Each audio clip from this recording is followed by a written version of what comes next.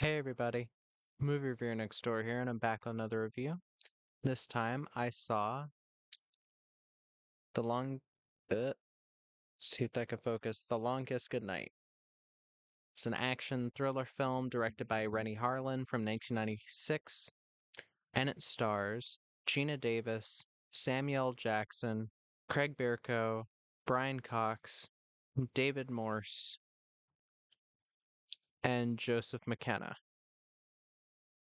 In this film, an amnesiac schoolteacher sets out to recover her identity with the help of a private detective when they discover a dark conspiracy. So, what did I think of The Long Kiss Goodnight? Well, if you know me, you know that this is one of my current favorite films. It might change at some point, but it's in my top 20. I adore this film. And that means this video is probably not going to be super long, but at least I'll get through like all the stuff that makes me love it so much, like little details and stuff that I just don't see in a lot of other movies. But let me get to the cast. Gina Davis plays Samantha Kane slash Charlie Baltimore. Gina Davis was married to Rennie Harlin, the director, when this film was being made, along with Cutthroat Island as well, which I still haven't seen. I do want to see that. But Gina Davis plays one of the best interpretations of a female action hero I've ever seen. Mostly because this film tries to stay down to earth with a lot of its depiction. She's not perfect. And Gina Davis is a very accomplished actress. She's been great in things like Beetlejuice. She was in Thelma and Louise, The Fly, Tootsie, even if it was just a small bit. She's even good in Ava, even though that film was fine mostly. Oh yeah, Stuart Little. But yeah, definitely a great actress. She kills it here. She's a total badass, and it's believable. I'll get to that later though. Samuel Jackson plays Mitch Hennessy. He's a PI, like a low rent PI who's been trying to find stuff out about Samantha's past. I don't mind Samuel Jackson as an actor. I don't especially love him. He does kind of come off as a one trick pony a lot of the time. But here he's doing something a little different, even if he is also, saying fuck a lot, like he does in a lot of his movies. But I do really like Samuel Jackson here. I think he's perfect for the role. Craig Bierko plays Timothy. He's basically our main villain of the film. Um, he's working with the government in order to get Charlie under this like project. Excuse me. Um, but yeah, I've heard a lot of people. One big criticism I hear people have with this movie is that the villain isn't imposing or threatening. But I think that's kind of the point. He's kind of he's played very over the top. Craig Bierko, I would not say is a menacing villain, but I'd say that kind of fits in with this film subverting like the expectations of like, oh, there might be a male lead. Now there's a female lead, and the male lead's kind of a just a dick, which works here. It works with the goofy kind of like this film takes itself serious when it needs to, but it's mostly a very goofy, like not goofy, but it's trying to be fun. It's not trying to be like depressing at times or even like uber realistic, but it Shane Black's script really does give this film its own identity. And I think Craig Bierko played the role pretty well. Brian Cox plays Dr. Nathan Waldman. He is was Charlie's former handler. Brian Cox has a lot of really funny lines in this film. There's a bit where the his wife, I guess, or his mom has like a dog. Like she's at the table, he's trying to eat, and she's watching something on TV, some western I didn't recognize, and her dog's like digging in his ass, and he says whatever the dog is attempting to dislodge, it's either uh it's either long since gone or it's there to stay. Like a lot of the funny dialogue in this film is actually genuinely funny. And if it wasn't, this film would genuinely be, well, I mean, it'd still be fine. The action is very well done, but it would be, I mean, again, it wouldn't have that identity because everything, like, a lot of action movies tend to be a bit overly serious or aren't exactly just doing what they're trying to do well. But Brian Cox is great in this film, even if he's only there for a few scenes. David Morse plays Luke, an old flame of Charlie's. He's fine. It's nice to see him. And Joseph McKenna plays One Eyed Jack. I thought he was pretty threatening. Never seen this actor before. Apparently, he's in The Postman with Kevin Costner, which I haven't seen. But yeah, this comes to us from director Rennie Harlan, who has had his ups and downs. I love Die Hard 2. Um, I'd still put it pretty close up there with Die Hard 1 and 1, 3, and 4. He did Deep Blue Sea, he did Nightmare on Elm Street Part 4, which I go off and on with that one. I'd still enjoy it. Um, Cliffhanger with Sylvester Stallone. I fucking love that movie. Um, what else did he do? Oh, he did The Bricklayer semi recently. That was fine. It's there were some decent action sequences, but the plot was not great. The villain wasn't very well set up. Aaron Eckhart's still good as always, and Nina Dobrev was nice, but yeah. Um, he's done a lot. The Misfits with Pierce Brosnan was a bit of a misstep. I wasn't super into that one. That was one of his like China movies. Like he filmed it in China. He had a couple Chinese actors in it. But definitely a director that knows how to make a good movie. Um, Also, I haven't seen the recent The Strangers Chapter 1, but I don't really feel the need to. But his style here, he is on the top of his game. I would say that this is quite better, for me, a better action movie than Die Hard. That now, comparing them is a little bit unfair, I guess. I'm just saying, in terms of what I want in an action movie, it's here. You have a very capable lead. You have a fun sidekick that doesn't get annoying. You have a pretty great amount of action. Like, so often I see these movies, these like Hollywood movies, Hollywood action movies that have like 100, $200 million budget, and I'm like, where did the budget go to? Because sometimes it's not the actors, and I'm just like, there's barely any action in this.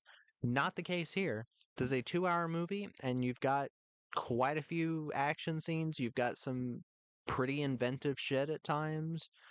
Um, you especially this film is worth watching, especially for just the ending, because the ending is so much fun. This big fucking explosion, and our characters driving away from it. It's so much fun. And even if I guess if I have to have a nitpick of this film, there's a couple small bits of green screen, but they don't really bother me because again, I'm enjoying the film so much. That's what it can do. Like if you have like a feminist movie nowadays that's well done enough, like good writing, good characters, good setup, good action, you can kind of ignore that. Kind of like with Jolt. I just mentioned that in my last review, or one of them. Kate Beckinsale is good in that film. The action is pretty decent. The dialogue is actually really funny outside of the small bits of feminist messaging throughout. So it doesn't really annoy me like you'd think it would. And that's the same here. This film doesn't really have a feminist thing though. It doesn't really have a lot of those lines that are like man can't do it, but a woman can or shit like that that I hate. This is how you do it. This is how you do a strong. Okay, not gonna say that.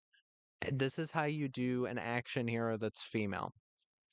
You have her actually almost lose some fights because again, she's not a big man. She's admittedly kind of skinny and a bit twiggy at times, but she's proficient with guns. She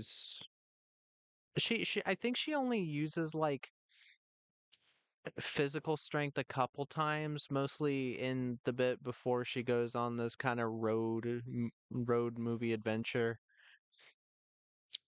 and then a couple times she like breaks somebody's necks, but mostly she's shooting people, she's finding ways to get the drop on people, which I like. I like that they're using the natural advantages women have over men rather than, you know, making the men shit to make the female look better. I think that's infinitely more sexist than a film that has a character like this that's like you have a genuine where there's a genuine change between the Samantha Kane character and the Charlie Baltimore character because Samantha is a school teacher and then when she gets her memory back she's like I didn't even want the kid Samantha did or stuff like that.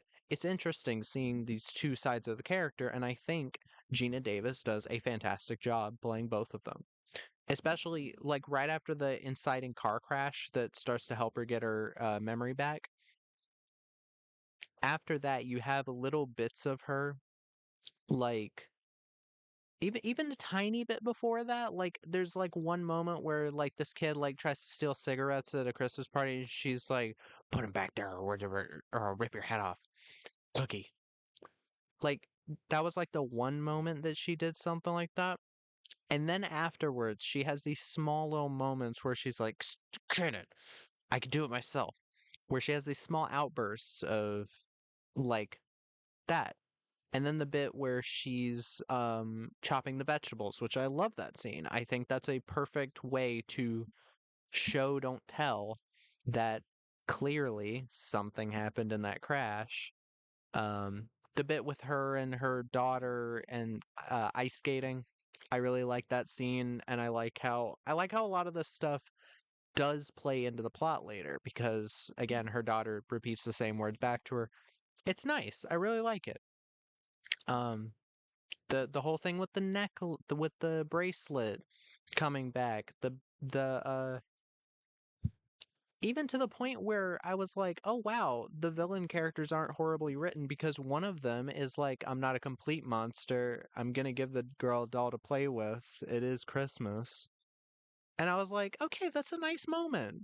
Because Patrick Malahide's character, while he does play a big part in the plot, Leland Perkins, while he is technically the main one behind all this, he doesn't really have a ton of character. So I'll give them credit for trying to give him some character in that he's mostly doing this for funding and he doesn't want to hurt people, I guess. But it's still interesting. I like when a film subverts expectations a bit like that. But yeah, just all the stuff this film does. You have a fantastic score from I think Alan Silvestri. Yeah, the music in this film is fucking awesome. Uh, a lot of good Christmas songs. I keep forgetting this is a Christmas movie whenever I watch it. So I was like, oh wait, Christmas music? Oh Lord. But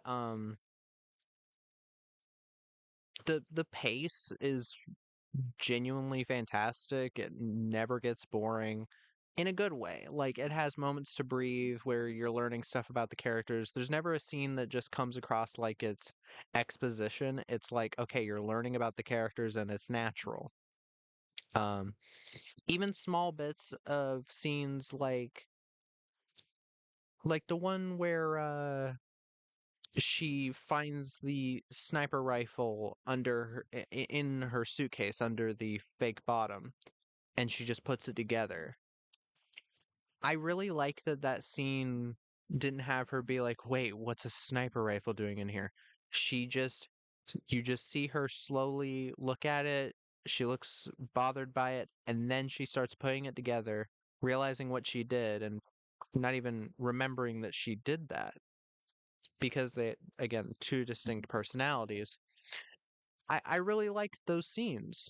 Those scenes make this film more than just a throwaway action movie with some good action in it, because Rennie Harlan knows how to make the film genuinely interesting, how to make it feel like there's a genuine plot here. Like you could have had this not even be like a full-on action movie, and this would still be very interesting. A woman discovering that she had a former personality, like her actual personality is an assassin, and she bought her own cover so well that she doesn't even remember anything from before.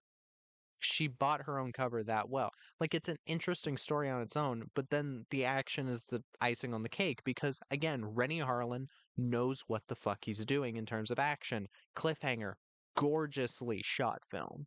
The beautiful background plates at some points, the beautiful cinematography. He knows what he's doing.